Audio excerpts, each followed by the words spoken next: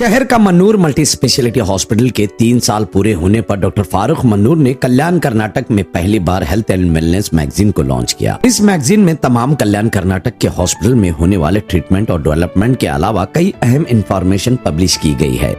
इस प्रोग्राम के chief guest थे Gulbarga district in-charge mister Shri Priyank Kharge, Gulbarga north MLA Kaneez Fatima Sahiba और कई सारे मेहमान मौजूद थे। हेल्थ एंड वेलनेस मैगजीन की अनवीलिंग की गई श्री प्रियंक खरगे के हाथों। Mannur multi speciality hospital Kalyan Karnataka का मशहूर हॉस्पिटल है जिसने कम वक्त में अपने नाम को रोशन किया। मन्नूर मल्टी स्पेशलिटी हॉस्पिटल में पिछले 3 सालों में कई ऐसी सर्जरीज कर पेशेंट्स की जान बचाई है जो काबिल तारीफ है।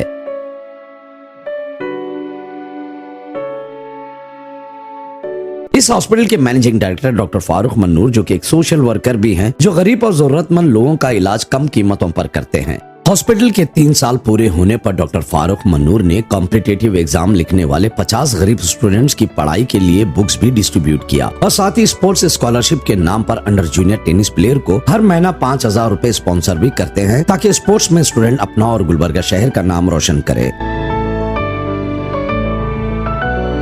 और साथ ही डॉक्टर फारूक मन्नूर ने हाल ही में 500 टीबी पेशेंट्स को अडॉप्ट किया, जिसके लिए गवर्नमेंट ऑफ कर्नाटका ने उन्हें अवार्ड से नवाजा और इनकी तरफ से समृद्धि योजना के तहत 200 से भी ज्यादा कम उम्र की लड़कियों के अकाउंट्स ओपन कर हर साल उनके अकाउंट में पैसे डिपॉजिट किए जाते हैं ताकि लड़कियां अपने फ्यूचर को और भी बेहतर बना सके। इस प्रोग्राम में आए हुए सभी चीफ गेस्ट ने डॉक्टर फारूक मन्नूर के किए गए कामों की तारीफ करते हुए उनकी हौसला अफजाई की।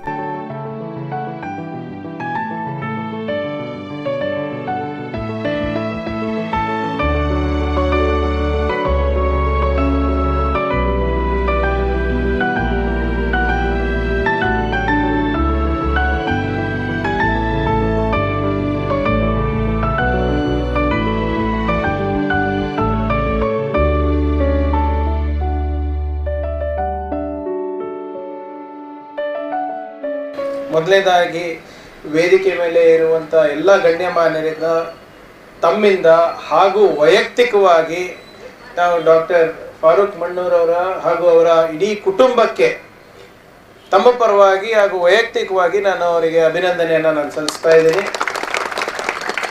ಮನ್ನೂರ್ ಹಾಸ್ಪಿಟಲ್ 3 ವರ್ಷ ಮುಗಿದು ಇವತ್ತು 4ನೇ ವರ್ಷಕ್ಕೆ ಕಾಲಿಡ್ತಾ ಇದ್ದಾರೆ। ಜೊತೆಗೆ ಇವತ್ತೇನು ಒಂದು ಬಹಳ ವಿಭಿನ್ನವಾದಂಥ ಮತ್ತು ವಿನೂತನವಾದಂಥ ಹಾಗೂ ಪ್ರಾಮಾಣಿಕವಾದಂಥ ಪ್ರಯತ್ನ ತಾವು ವೆಲ್ನೆಸ್ ರೆವಲ್ಯೂಷನ್ ಒಂದು ಹೆಲ್ತ್ ಮ್ಯಾಗಝೀನಿಂದ ತಾವೇನು ಮಾಡ್ತಾ ಇದ್ದೀರಾ, ಹೆಚ್ಚು ಅವೇರ್ನೆಸ್ ಬರಲಿ, ಹೆಚ್ಚು ರೀತಿಯಾಗಿ ವೈಜ್ಞಾನಿಕ ಮನೋಭಾವನೆ ಆರೋಗ್ಯದಲ್ಲಿ ಇರಲಿ ಅಂದ್ಬಿಟ್ಟು ತಾವೇನು ಮಾಡ್ತಾ ಇದ್ದೀರಾ, ಅದಕ್ಕೂ ಕೂಡ ನಮ್ಮೆಲ್ಲರ ಪರವಾಗಿ ತಮಗೆ ನಾನು ಅಭಿನಂದನೆಯನ್ನು ನಾನು ಸಲ್ಲಿಸಲಿಕ್ಕೆ ನಾನು ಬಯಸ್ತಾ ಇದ್ದೀನಿ। ಡಾಕ್ಟರ್ ಫಾರೂಕ್ ಅವ್ರ ಬಗ್ಗೆ ನಾನು ಏನು ಹೇಳೋದಂತ ಗೊತ್ತಿಲ್ಲ, ಯಾಕಂದರೆ ನಾನು ಅವ್ರಿಗೆ ಭೇಟಿಯಾದಾಗಿಂದ ಪಾಪ ಯಾವಾಗಲೂ ಆಗೋದಕ್ಕಿಂತ ಮುಂಚೆನೂ ಅಷ್ಟೇ ನಾನು ಅವ್ರಿಗೆ ವೈಯಕ್ತಿಕವಾಗಿ ಹೆಚ್ಚು ನಾನು ಭೇಟಿಯಾಗಿರಲಿಲ್ಲ, ಆದರೆ ಫೋನ್ ಮಾಡಿ ನಮ್ಮ ಕಷ್ಟಗಳು ಹೇಳ್ಕೊಂಡಾಗ ಎಲ್ಲನೂ ಕೂಡ ಸ್ಪಂದಿಸಿದ್ದಾರೆ। ಸೊ ಅದಕ್ಕೆ ಭಾಳಷ್ಟು ಜನ ನಮ್ಮ ಚಿತ್ತಾಪುರ ಚಿಂಚೋಳಿ ಮಂದಿ ಎಲ್ಲ ಅಡ್ರೆಸ್ ಇಲ್ಲೇ ಇದೆ। ಈಗ ನಮ್ಮ ಸರ್ಕಾರ ಬಂದದ ಅಂತ ಸ್ವಲ್ಪ ಜಿಮ್ಸಿಗೆ ಹೋಗ್ತಿರ್ಬೇಕು, ಆದರೂ ಕೂಡ ಅಲ್ಲಾಗ್ಲಾರ ಚಿಕಿತ್ಸೆ ಇಲ್ಲಿ ಖಂಡಿತವಾಗೂ ಆಗುತ್ತೆ। ಯಾಕಂದರೆ ಭಾಳ ಸಣ್ಣ ವಯಸ್ಸಿನಲ್ಲಿ ಮತ್ತು ಭಾಳ ಅಲ್ಪ ಅವಧಿನಲ್ಲಿ ಮನ್ನೂರ್ ಹಾಸ್ಪಿಟ್ಲಿಗೆ ಮತ್ತು ಅಲ್ಲಿರುವಂಥ ಡಾಕ್ಟರ್ಸ್ಗಳಿಗೆ ಮತ್ತು ವಿಶೇಷವಾಗಿ ಡಾಕ್ಟರ್ ಫಾರೂಕ್ ಅವರಿಗೆ ಬಹಳ ಗುಡ್ವಿಲ್ಲನ್ನು ತಂದಿದೆ ಅಂತ ನಾನು ಹೇಳಕ್ಕೆ ಬಯಸ್ತಾ ಇದ್ದೀನಿ। ಯಾಕಂದರೆ ಈ ಗುಡ್ವಿಲ್ ಯಾಕೆ ಬರ್ತಾ ಇದೆ ಅಂದರೆ ತಾವು ಗುಣಮಟ್ಟದ ಚಿಕಿತ್ಸೆ ಜೊತೆಯಾಗಿ ಆ ಮಾನವೀಯತೆಯ ಸ್ಪರ್ಶ ಏನು ಕೊಡ್ತಾ ಇದ್ದೀರಾ ಅದು ಬಹಳ ಪ್ರಮುಖವಾದಂಥ ವಿಷಯ ಅಂತ ನನ್ನ ವೈಯಕ್ತಿಕ ಅಭಿಪ್ರಾಯ। ಯಾಕಂದರೆ ಚಿಕಿತ್ಸೆ ಎಲ್ಲನೂ ಆಗ್ಬೋದು, ಕೆಲವು ಕಡೆ ನೀವು ಹೇಳ್ದಂಗೆ ದೊಡ್ಡ ಹಾಸ್ಪಿಟ್ಲಿಗೆ ಕಾರ್ಪೊರೇಟ್ ಹಾಸ್ಪಿಟ್ಲಿಗೆ ಹೋದಾಗ ಅವ್ರಿಗೆ ಲಕ್ಷಾಂತರ ರೂಪಾಯಿ ಚಾರ್ಜ್ ಮಾಡ್ಬೋದು, ಗುಣಮಟ್ಟ ಆಗ್ತೋ ಇಲ್ಲೋ ಗೊತ್ತಿಲ್ಲ, ಇಲ್ಲೂ ಕೂಡ ಯಾವುದೇ ಗ್ಯಾರಂಟಿ ನಾವು ಕೊಡ್ಲಿಕ್ಕೆ ಆಗಲ್ಲ, ನಾವು ಯಾರು ದೇವರಲ್ಲ। ಆದರೆ ನೀವು ಹೇಳ್ದಂಗೆ ಕಾರ್ಪೊರೇಟ್ ಏನು ಹಾಸ್ಪಿಟ್ಲಲ್ಲಿ ಏನು ಟ್ರೀಟ್ಮೆಂಟ್ ಇರುತ್ತೆ ಅದೇ ಪ್ರೊಸೀಜರ್ಸ್ನ ತಾವು ಮಧ್ಯಮ ವರ್ಗದವರಿಗೆ ಮತ್ತು ಬಡವರಿಗೆ ಕೊಡ್ತಾ ಇದ್ದೀರಲ್ಲ, ಅದರಿಂದ ತಮಗೆ ಭಾಳ ಜನರ ಆಶೀರ್ವಾದ ಮಾಡ್ತಾ ಇದ್ದಾರೆ। ಈ ಆಶೀರ್ವಾದ ನಿಮಗೆ ಮುಂಬರುವ ದಿನಗಳಲ್ಲಿ ನೀವೇನು ಹೇಳ್ತಾ ಇದ್ದೀವಿ, ಇವತ್ತು 60 ಬೆಡ್ ಇದೆ, ಅದು 200 ಬೆಡ್ ಆಗೇ ಆಗುತ್ತೆ ಖಂಡಿತವಾಗಿ। 800 1000 ಕೂಡ ಆಗೋದ್ರಲ್ಲಿ ಯಾವುದೇ ಅನುಮಾನ ಇಲ್ಲ। ಯಾಕಂದರೆ 2 ಗುಣಗಳಿವೆ ತಮ್ಮ ಹತ್ರ, ಒಂದು ಮಾನವೀಯತೆ ಮೆರೆಯೋದು ಒಂದು ಏನು ಎಲ್ಲರಿಗೂ ಬರೋದಿಲ್ಲ, ಒಂದನೇದು, ಎರಡನೇದು ನೀವು ನಿಮ್ಮ ಏನು ವೃತ್ತಿಯನ್ನು ಬಿಟ್ಟು ತಾವೇನು ಕೆಲಸ ಮಾಡ್ತಾ ಇದ್ದೀರಾ, ಕಾಯಕ ಮಾಡ್ತಾ ಇದ್ದೀರಾ, ಬಸವಣ್ಣ ತತ್ವ ಏನು ಕಾಯಕವೇ ಕೈಲಾಸ ಅಂದ್ಬಿಟ್ಟು ನಂಬಿ ತಾವು ಮಾಡ್ತಾ ಇದ್ದೀರಾ, ಖಂಡಿತವಾಗೂ ಜನರ ಮೆಚ್ಚುಗೆಗೆ ತಾವು ಪಾತ್ರರಾಗಿದ್ದೀರಾ. ಆಮೇಲೆ ಯಾರೂ ಕೂಡ ಇವತ್ತು ತಾವು ಗಮನಿಸಬೇಕು, ಯೂಶ್ವಲಿ ಹಾಸ್ಪಿಟಲ್ದು ಉದ್ಘಾಟನೆ ಇರ್ಬೋದು ಅಥವಾ ಅವರ ಒಂದು ವಾರ್ಷಿಕೋತ್ಸವ ಇರ್ಬೋದು, ಬರೀ ಹಾಸ್ಪಿಟಲ್ದ ಗುಣಗಾನ ಹಾಡ್ತಾರೆ. ಆದರೆ ಇವತ್ತು ತಾವು 50 ಜನರ ಬದುಕನ್ನು, ಅವರ ಬದುಕಿಗೆ, ಅವರ ಜೀವನಕ್ಕೆ ದೀಪ ಹಚ್ಚುವ ಕೆಲಸ ಇವತ್ತು ತಾವು ಏನು ಬುಕ್ಸ್ ಕೊಡುವ ಮುಖಾಂತರ ಮಾಡ್ತಾ ಇದ್ರೆ ಬಹುಶಃ ಅದು ಭಾಳ ದೊಡ್ಡ ಕೆಲಸ. ಆ ಬುಕ್ಸ್ ಅವ್ರಿಗೆ ಉಪಯೋಗ ಆದಮೇಲೆ ತಾವು ಬೇರೆಯವ್ರಿಗೆ ಕೊಡಬೇಕು, ತಾವು ಇಟ್ಕೊಳೋದಲ್ಲ. ಯಾಕಂದರೆ ನಿಮ್ಗೆ ಒಳ್ಳೇದಾದರೆ ಬೇರೆಯವ್ರಿಗೂ ಒಳ್ಳೇದಾಗಬೇಕು. ಏನು ಕೆಲಸ ನಾವು ಮಾಡಬೇಕು, ಸರ್ಕಾರದಲ್ಲಿ ಇಟ್ಕೊಂಡು ಮಾಡಬೇಕು, ಇವತ್ತು ತಾವೆಲ್ಲ ಮಾಡ್ತಾ ಇದ್ರ ಅದಕ್ಕೂ ಕೂಡ ಒಳ್ಳೇದು. ಅದಲ್ಲದೆ ಕ್ರೀಡೆನಲ್ಲಿ ಕೂಡ ಇವತ್ತೇನು ಒಬ್ಬ ಯುವಕನಿಗೆ ತಾವು ಪ್ರೇರಣೆಯನ್ನು ನೀಡಿದ್ದೀರಾ. ದುಡ್ಡು ಕೊಡೋದು ಇಂಪಾರ್ಟೆಂಟ್ ಅಲ್ಲ, ಅವರಿಗೆ ಬೆಂತಟ್ಟಿ ಬೆಂಚಪ್ಪರಿಸಿ ನೀವು ಈ ಕ್ರೀಡೆನಲ್ಲಿ ಕೂಡ ತಾವು ಸಾಧನೆ ಮಾಡಬೇಕು ಅಂತ. ಯಾಕಂದರೆ ನಮ್ಮ ಭಾಗದಲ್ಲಿ ಎಲ್ಲರೂ ಮೊದಲೇದೇನು ಹೇಳ್ತಾರೆ ಅಂದರೆ, ನಮ್ಮ ಸಾಮಾಜಿಕ ಮತ್ತು ಆರ್ಥಿಕ ಪರಿಸ್ಥಿತಿ ನೋಡಿದ್ರೆ ಎಲ್ಲರೂ ಇಲ್ಲಪ್ಪ ಬರೀ ಓದು ಓದು ಓದು ಅಂತಾರೆ. ನೀನು ಡಾಕ್ಟರ್ ಆಗಬೇಕು, ನೀನು ಗೌರ್ಮೆಂಟ್ನಲ್ಲಿ ನೌಕರಿ ಪಡಿಬೇಕು, ನೀನು PSI ಆಗಬೇಕು, ನೀನು SDA ಆಗಬೇಕು, FDA ಆಗಬೇಕು ಅಂತ ಹೇಳ್ತಾರೆ. ಯಾರು ಕೂಡ ನಮ್ಮ ಭಾಗದಲ್ಲಿ ಕ್ರೀಡೆಗೆ ಪ್ರೋತ್ಸಾಹ ಕೊಡ್ತಾ ಇಲ್ಲ. ಆದರೆ ಇವತ್ತು ತಾವು are helping others excel in other fields then academics. ಅದನ್ನು ಕೂಡ ಒಂದು ಭಾಳ ಒಳ್ಳೆ ಸಂದೇಶವನ್ನು ತಾವು ರವಾನೆ ಮಾಡ್ತಾ ಇದ್ದೀರಾ ಅಂತ ನಿಮಗೆ ಹೇಳಲಿಕ್ಕೆ ನಾನು ಬಯಸ್ತಾ ಇದ್ದೀನಿ. ಯಾಕಂದರೆ ವಿಶೇಷವಾಗಿ ನಮ್ಮ ಭಾಗದಲ್ಲಿ ಇವೆಲ್ಲನೂ ಕೂಡ ಮಾಡ್ಬೇಕು. ಈಗ ತಾನೇ ಡಾಕ್ಟರ್ ಫಾರೂಕ್ ಅವರು ಹೇಳ್ತಾ ಇದ್ರು IMA ಅವರಿಗೆ ಒಂದು ಸ್ಟೇಡಿಯಂ ಮಾಡಿಸ್ಕೊಡಿ ಅಂತ. ನಾನು ಹೇಳಿದ್ರೆ ಫಸ್ಟ್ ಸಾರ್ವಜನಿಕರಿಗೆ ಮಾಡ್ತೀನಿ, IMA ಅವರೆಲ್ಲ ರೊಕ್ಕ ಸೇರಿ ನಮಗೆ ಕೊಟ್ಬಿಟ್ರೆ ನಿಮ್ಗೆ ಅದರಲ್ಲೂ ಒಂದು ಸ್ಪೆಷಲ್ ಇದು ಮಾಡಿಸ್ಕೊಡ್ತೀವಿ. ಯಾಕಂದರೆ ನಾವು ಈ ವರ್ಷ ನೀವೆರಡು ಇವತ್ತೇನು ಒಳ್ಳೆ ಕೆಲಸ ಮಾಡಿದ್ದೀರಾ, ಇವೆರಡಕ್ಕೂ ಕೂಡ ಸರ್ಕಾರದ ಪ್ರೋತ್ಸಾಹ ನಾವು ಕೊಡ್ತಾ ಇದ್ದೀವಿ. ಒಂದು Nagavi institute for competitive exam ಅಂದ್ಬಿಟ್ಟು ನೈಸ್ ಅಂತ ಒಂದು ಅಕಾಡೆಮಿ ತೆಗಿತಾ ಇದ್ದೀವಿ. ಇನ್ನು 1-2-3 ತಿಂಗಳಲ್ಲಿ ಅದು ಪ್ರಾರಂಭ ಆಗುತ್ತೆ.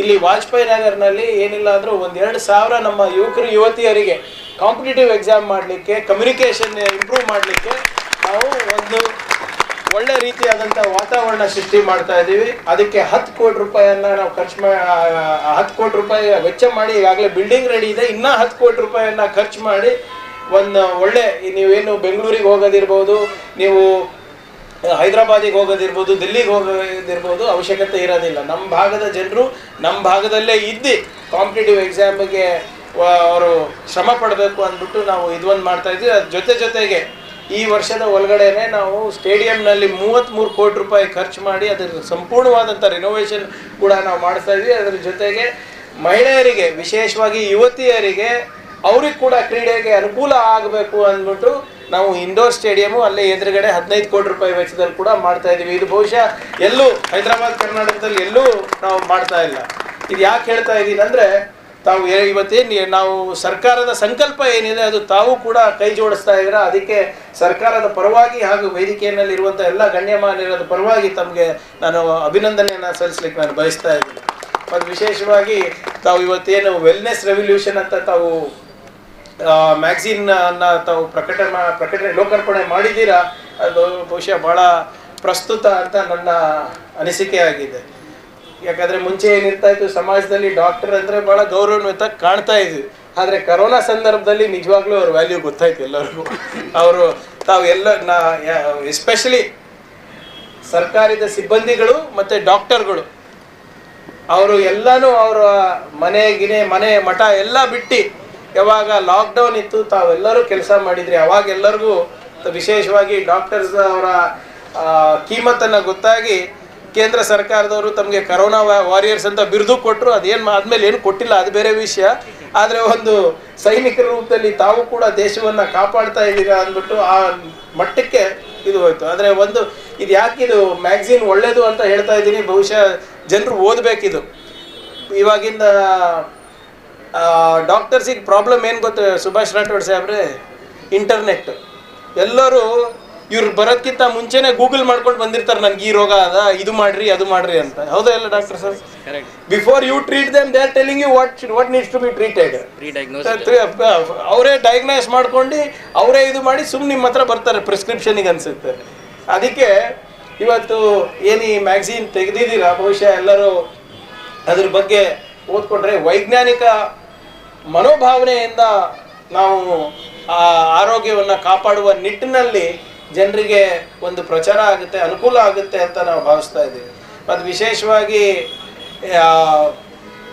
ನಮ್ಮ ಫಾರೂಕ್ ಅವ್ರು ಇರ್ಬೋದು ಮತ್ತು ಇನ್ನಿತರ ಕೆಲವು ಡಾಕ್ಟರ್ಸ್ ಅವ್ರು ಇರ್ಬೋದು. ನಮಗೆ ಸೆನೆಕಾ ಅಂದ್ಬಿಟ್ಟು ಒಬ್ಬ ಗ್ರೀಕ್ ಫಿಲಾಸಫರ್ ಇದ್ದಾರೆ. 4ನೇ ಶತಮಾನದಲ್ಲಿ ಅವರೆಲ್ಲರೂ ರೋಮನ್ ಫಿಲಾಸಫರ್ ಇದ್ದಾರೆ, ತತ್ವಜ್ಞಾನಿ. ಅವ ಏನು ಹೇಳ್ತಾನೆ ಅಂದರೆ, people pay the doctor for his trouble, people pay the doctor for his trouble, for his kindness the remain in debt, for there kindness the remain in debt. ಅಂದರೆ ನೀವು ಡಾಕ್ಟರ್ ಹತ್ರ ಹೋದಾಗ ಅವು ಏನು ಕಷ್ಟಪಟ್ಟು ನಿಮಗೆ ಚಿಕಿತ್ಸೆ ಕೊಡ್ತಾನೆ, ಅದಕ್ಕೆ ನೀವು ರೊಕ್ಕ ಕೊಡ್ತೀರಿ. ಆದರೆ ಅವರು ಏನು ಮಾನವೀಯತೆ ಮೆರೀತಾರೆ, ಏನು ಕರುಣೆ ತೋರಿಸ್ತಾನೆ, ಅದು ಹೆಂಗೆ ನೀವು ತೀರಿಸ್ಲಿಕ್ಕೆ ಆಗ್ತದೆ. ಅದಕ್ಕೆ ನೀವು ಯಾವಾಗಲೂ ಸದಾ ಅವರಿಗೆ ಚಿರಋಣಿಯಾಗಿರ್ಬೇಕಾಗುತ್ತೆ ಅಂತ ಅವ್ರು ಹೇಳ್ತಾರೆ. ಸೊ ಆದ್ದರಿಂದ ಇವತ್ತು ಡಾಕ್ಟರ್ ಫಾರೂಕ್ ಅವರು ಬರೇ ಚಿಕಿತ್ಸೆ ನೀಡೋದಷ್ಟೇ ಅಲ್ಲದೆ ಅವರೇನು ಕರುಣೆಯಿಂದ, ಕರುಣೆಯಿಂದ ಅವರು ಅವರ ಪೇಷಂಟ್ಸನ್ನು ಕಾಣ್ತಾ ಇದ್ದಾರೆ, ಅವರು ಮಾನವೀಯತೆಯ ಸ್ಪರ್ಶವನ್ನು ನೀಡ್ತಾ ಇದ್ದಾರೆ. ಅದು ನಿಜವಾಗ್ಲೂ ಭಾಳ ಶ್ಲಾಘನೀಯ. ಮತ್ತು ವಿಶೇಷವಾಗಿ ಬರೇ ಅವರ ಒಂದು ಸೆಕ್ಟರಿಗೆ ಸೀಮಿತ ಇರಲಾರ್ದೆ ಏನು ಹಲವಾರು ಸಾಮಾಜಿಕ ಚಟುವಟಿಕೆಗಳಲ್ಲಿ ಭಾಗವಹಿಸ್ತಾ ಇದ್ದಾರೆ. ಅದಕ್ಕೂ ಕೂಡ ಅವರು ಒಳ್ಳೆ ಡಾಕ್ಟರ್ ಅಷ್ಟೇ ಅಲ್ಲ, ಅವರು ಒಳ್ಳೆ ನಾಗರಿಕರು ಕೂಡ ಅಂತ ನಾನು ಹೇಳಲಿಕ್ಕೆ ನಾನು ಬಯಸ್ತಾ ಇದ್ದೀನಿ. ಯಾಕಂದರೆ ನಾನು ಇದು ಓದ್ತಾ ಇದ್ದೆ ಅವರ ಏನೇನು ಮಾಡಿದ್ದಾರೆ ಅಂತ. TB ಪೇಷಂಟ್ಸಿಗೆ ದತ್ತು ತಗೊಂಡಿರೋದು ಯಾರೂ ಫೋರ್ಸ್ ಮಾಡಿಲ್ಲ. ಸರ್ಕಾರದವ್ರು ಯಾರು ಫೋನ್ ಮಾಡಿ फारूक भाई देखो 500 लोगों को आप ये करो, अडॉप्ट कर लो, ಯಾರು ಫೋನ್ ಮಾಡಿ ಹೇಳಿಲ್ಲ. ಸ್ವಚ್ಛತಾ ಅಭಿಯಾನಕ आप ಬ್ರ್ಯಾಂಡ್ ಅಂಬಾಸಿಡರ್ ಬನೋ, ಯಾರು ಹೇಳಿಲ್ಲ. 50 ಮಂದಿ ಯಾರನ್ನ ಅರ್ಜಿ ಹಾಕಿದ್ರನಪ್ಪ ಬುಕ್ಸ್ ಕೊಡಿ ಅಂತ, ಯಾರು ಹಾಕಿರಲಿಲ್ಲ. ಯಾರಾದರೂ ಕೇಳಿದ್ರೆ ಟೆನ್ನಿಸ್ನಲ್ಲಿ ನಮ್ಗೆ ಸ್ಕಾಲರ್ಶಿಪ್ ಕೊಡಿ ಅಂತ, ಯಾರೂ ಕೇಳಿರಲಿಲ್ಲ. ಅದೇ ದುಡ್ಡು ಬಹುಶಃ ಇದಕ್ಕಿಂತ ಇದೇ ಫಂಕ್ಷನ್ ಇನ್ನೂ ದೊಡ್ಡದು ಮಾಡಿಬಿಟ್ಟು ಎಲ್ಲರಿಗೂ ಊಟ ಹಾಕ್ಸ್ಬೋದಾಗಿತ್ತು. ಆದರೆ ಅವರು ಏನು ಮಾಡಿದರು, ದುಡ್ಡು ಪ್ರಶ್ನೆ ಅಲ್ಲ, ಅದೇ ದುಡ್ಡಿಂದ ಒಂದು 4 ಮಂದಿದು ಜೀವನ ಸುಧಾರಣೆ ಮಾಡ್ಬೋದು, ಅವರಿಗೆ ದಾರಿ ದೀಪ ಆಗ್ಬೋದು ಅಂದರೆ ಅದು ಒಳ್ಳೇದು ಅಂತ ಭಾವನೆ ಇಟ್ಕೊಂಡು ಇವತ್ತು ಮಾಡಿದಾರಲ್ಲ, ಅದಕ್ಕೆ ಅವ್ರು ಬರೀ ಒಳ್ಳೆ ಡಾಕ್ಟರ್ ಅಲ್ಲ, ಒಳ್ಳೆ ನಾಗರಿಕರು ಕೂಡ ಅಂತ ನಾನು ಹೇಳಲಿಕ್ಕೆ ನಾನು ಬಯಸ್ತಾ ಇದ್ದೀನಿ. मनूर हॉस्पिटल में जिसके आज 3 साल मुकम्मिल हो गए हैं, 4थे साल में जा रहे हैं और बहुत अच्छा काम कर रहे हैं मनूर हॉस्पिटल में। फारूक साहब को और उनके तमाम स्टाफ को दिली मुबारकबाद देती हूँ, क्योंकि जो भी आप लोगों के पास पेशेंट्स आते हैं माशाल्लाह से सेहतमंद होके जाते हैं। और आप ना सिर्फ फारूक साहब ये हॉस्पिटल का काम करते हैं, बल्कि कई लोगों के कई मदद करते हैं, कई लोगों की उनके दिल में। आज आपका मैं दिल से शुक्रिया अदा करती हूँ। मनूर मल्टी स्पेशलिटी हास्पिटल 3 ವರ್ಷ ಆಗಿದೆ. ಇವತ್ತು 4ನೇ ವರ್ಷದಲ್ಲಿ ನಾವು ಇವತ್ತು ಕಾಲಿಡ್ತಾ ಇದ್ದೀವಿ. ನಾನು ಫಸ್ಟ್ ಆಫ್ ಆಲ್ ನನ್ನ ಎಲ್ಲ ಸ್ಟಾಫ್, ಡಾಕ್ಟರ್ಸ್, ನಮ್ಮ ಟೀಮ್, ನಮ್ಮ ಪೇಷಂಟ್ಸ್ ಎಲ್ಲರಿಗೆ ನಾನು ಧನ್ಯವಾದ ಹೇಳಬೇಕಾಗ್ತೀನಿ. ಇದು ಒಂದು ನಿಮ್ಮ ಸಾಹಸ, ನಿಮ್ಮ ಒಂದು ನನ್ನ ಹೆಜ್ಜೆ ಜೊತೆಗೆ ನಿಮ್ಮ ಹೆಜ್ಜೆ, ಇದು ಬಹಳ ಮಹತ್ವ ಇದೆ. ಸೊ ಇವತ್ತು ಏನು ದಿನ ನೋಡ್ತಾ ಇದ್ದೀವಿ, this all success of all the staff ಅಂತ ನಾನು ಹೇಳಕ್ಕೆ ಇಷ್ಟಪಡ್ತೀನಿ. ಮತ್ತೆ ಇದು ಹಾಸ್ಪಿಟಲ್ ನಾವು ತೆಗೆದಿದ್ದ ಕಾರಣ ಏನಂದ್ರೆ, ಒಂದು ಬರೀ ರಿಚ್ ಮಂದಿಗೆ ಸಿಗುತ್ತೆ ಅದು ಒಂದು ಕಾನ್ಸೆಪ್ಟ್ ತೆಗಿಬೇಕಷ್ಟೇ. ಆ ಕಾರ್ಪೊರೇಟ್ ಹಾಸ್ಪಿಟಲ್ ಒಂದು ಗರೀಬರಿಗೂ ಆಗ್ಲಿ, ಒಂದು ಮಿಡಿಲ್ ಕ್ಲಾಸ್ಗೂ ಆಗ್ಲಿ, ಎಲ್ಲರಿಗೂ ಅದು ಅವೈಲೇಬಲ್ ಆಗ್ಬೇಕು. ಯಾಕಂದ್ರೆ ಬಹಳ ಬಡವರು they want to get treatment in the super specialty hospital, multi specialty hospital, but ಆಗಲ್ಲ. ಸೊ ಅದು ಒಂದು ಮನಸ್ಸಿಂದ ಅವ್ರು ತೆಗಿಬೇಕು. ಮತ್ತೆ ಒಂದು ಪ್ರೈವೇಟ್ ಹಾಸ್ಪಿಟಲ್ ಏನೋ ಒಂದು ಇಮೇಜ್ ಇದೆ, ಒಂದು ದೊಡ್ಡ ದೋಷಣೆ ಮಾಡ್ತಾರೆ, ಆ ಇಮೇಜ್ ಗೆ ತೆಗಿಬೇಕಂತ ಹೇಳಿ ಒಂದು ನನ್ನ ಮನಸ್ಸಲ್ಲಿ ಆ ಇಮೇಜ್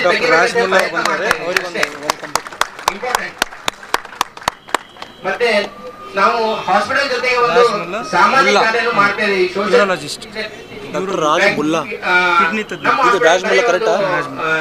ಮೆಡಿಕಲ್ ಫೀಲ್ಡ್ ಅಷ್ಟೇ ಇಲ್ಲ, ಮೆಡಿಕಲ್ ಅದರ್ ಫೀಲ್ಡ್ಸ್ ಅದು ಏನ್ ಯಾಕೆ ಇಂಪಾರ್ಟೆಂಟ್ ಇದೆ ಅಂದ್ರೆ, ಸೊಸೈಟಿ ಏನು ಒಂದು ಹೆಸರು ಕೊಡುತ್ತೆ, ಆ ಸೊಸೈಟಿಗೆ ರಿಟರ್ನ್ ಮಾಡ್ಬೇಕು ನಮ್ದು. ಸೊ ದಟ್ ಈಸ್ ವೈ ನಾವು ನಮ್ಮ ಕಲಬುರಗಿಗೆ ಸ್ವಚ್ಛ ಮಾಡೋದಾಗ್ಲಿ, ನಾವು ಎಲ್ಲಾ ಸ್ಟಾಫ್, ನಮ್ಮ ನರ್ಸಿಂಗ್ ಸ್ಟಾಫ್ ಆಗ್ಲಿ, ಡಾಕ್ಟರ್ಸ್ ಆಗ್ಲಿ, ಕಸ ಬಾರಿಗೆ ತಗೊಂಡು ಸಾಫ್ ಮಾಡಿದೀವಿ ಎಲ್ಲಾ ರೋಡ್ಸ್ ಆಗ್ಲಿ. ಅದಕ್ಕಾಗಿ ನಮ್ಮ ಹಾಸ್ಪಿಟಲ್ ಒಂದು ಬ್ರ್ಯಾಂಡ್ ಅಂಬಾಸಿಡರ್ ಒಂದು ಅವಾರ್ಡ್ ಸಿಕ್ಕಿದೆ. ಇದು ಬಿಟ್ಟು ಒಂದು 500 TB ಪೇಷಂಟ್ಸ್ ನಾವು ಅಡಾಪ್ಟ್ ಮಾಡಿದ್ದೀವಿ ಇಲ್ಲಿ ಆಸ್ ಎ ನಿಕ್ಷಯ ಮಿತ್ರ ಆಗಿ.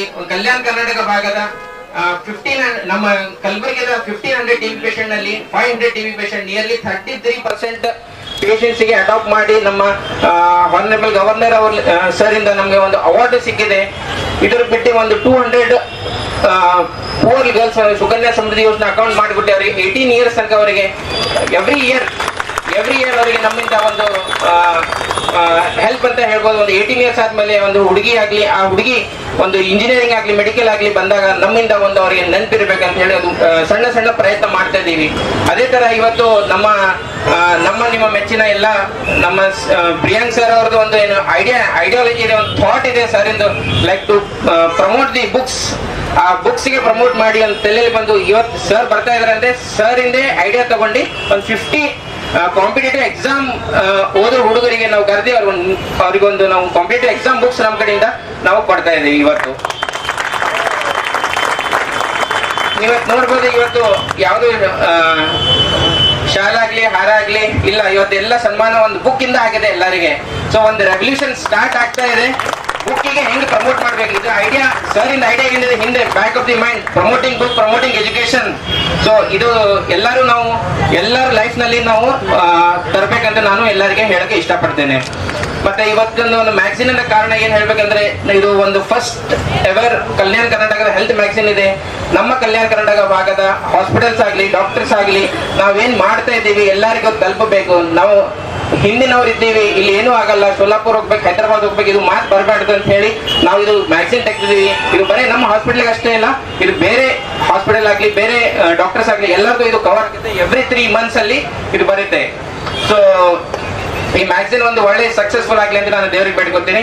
ಮತ್ತೆ ಸ್ಟೇಜ್ ಮೇಲೆ ಇದೆ ಎಲ್ಲ ಗಣ್ಯರು, ಎಸ್ಪೆಷಲಿ ನಮ್ಮ MLA ಮೇಡಮ್, ಕನೀಸಾಧು ಮೇಡಮ್, ಎವ್ರಿ ಟೈಮ್ ಯಾವಾಗ್ಲೂ ಫೋನ್ ಮಾಡಿದ್ರೆ ಮಾತಾಡ್ತಾರೆ, ಏನಿದ್ರು ಹೆಲ್ಪ್ ಕೇಳಿ ಹೇಳ್ತೀನಿ ಅಂತ ಹೇಳ್ತಾರೆ. ಸೊ ನಾನು ಬಹಳ ಥ್ಯಾಂಕ್ ಮಾಡ್ತೀನಿ ನಮ್ಮ MLA ಮೇಡಮ್ ಅವರಿಗೆ, ಫರಾಜ್ ಸರಿಗೆ, ನಮ್ಮ ಸ್ಟೇಜ್ ಮೇಲೆ ಇದ್ದವರು ಸುಭಾಷ್ ರಾಠೋಡ್ ಸರ್ ಆಗ್ಲಿ, ಮಜಾ ಅಲಂಖನ್ ಸರ್ ಆಗ್ಲಿ, ನಮ್ಮ DHO ಸರ್, SHO ಸರ್ ಆಗ್ಲಿ, ಎಲ್ಲರಿಗೆ, ನಮ್ಮ ಸ್ಟಾಫ್ ಆಗ್ಲಿ, ಎಲ್ಲರಿಗೆ ನಾನು ಒಂದು ಧನ್ಯವಾದ ಹೇಳ್ಬೇಕಂತ ಬಯಸ್ತೇನೆ. ಅಟ್ ಲಾಸ್ಟ್ ಮನೂರ್ ಹಾಸ್ಪಿಟಲ್ ಒಂದು ಮೋಟೋ ಏನಿದೆ, ಒಂದು ಮಾನವೀಯತೆಯ ಮೋಟೋ ಇದೆ.